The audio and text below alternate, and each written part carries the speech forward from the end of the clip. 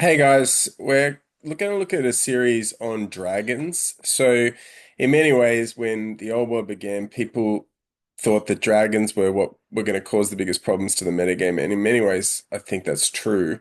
However, I think there are ways to play around dragons and play with them better. And it's not so much about dragons, but dragons as a stand-in for what happens when you have the biggest, baddest thing on the table. And on top of that, how do you win points that lead you to winning the game or not lose points or lose them in an efficient way that means that you can gain time for you to win the game in a different area. So in this first week, you're going to look at what happens when a dragon is attacking you and you can't win the combat and what or win against it and what you should do to try to minimize the amount of damage that it has. So on the screen, you can see if you've watched this channel before, like the Sisters of Avalon, I have 3 units of 10 and two of them have champions in there.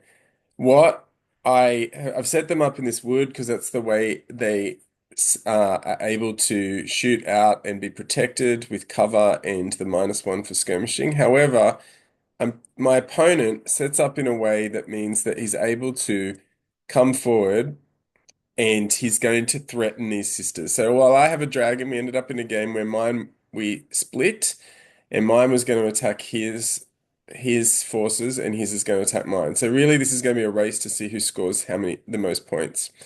Well, you can see on the photo on the left that he's able to threaten all of these units at the moment. So you can see into the forest, and even this Reaver unit at the back to the left is the arc probably of the dragon here as well. So, what I did to the right, it's important that you sort of work out how to do this. First of all, the best thing to do against a dragon is to figure out the charge arc and then get all your units out of that charge arc. That's the first thing you can do. That's going to buy you a turn. So, it's taken 1 turn for the dragon to move into this position, and next turn it won't be able to charge anything. You can see there's 4 units. The one on the left, the dragon might have been able to see it, but I've maneuvered them so that they're outside the charge arc.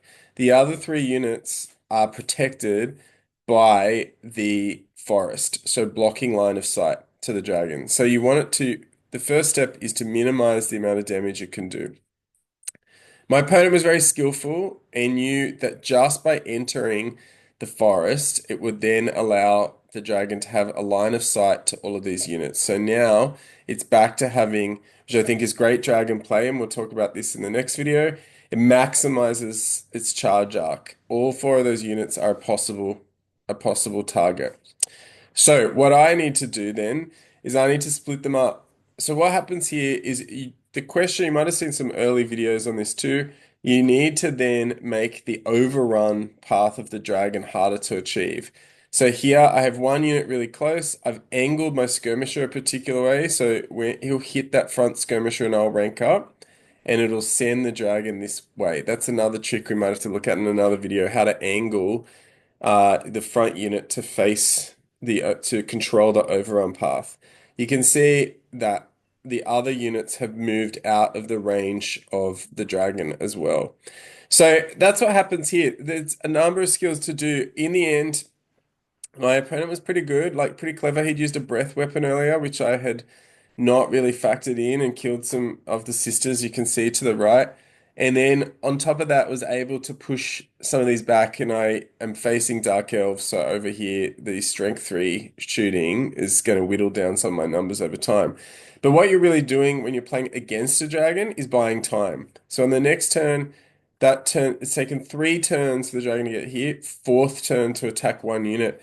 At this stage, it's going to be able to roll to restrain and reform on a 10, so highly likely, which is one of the reasons why these enormous monsters are so good. But at the same time, 4 turns to pick up what looks like 150 points.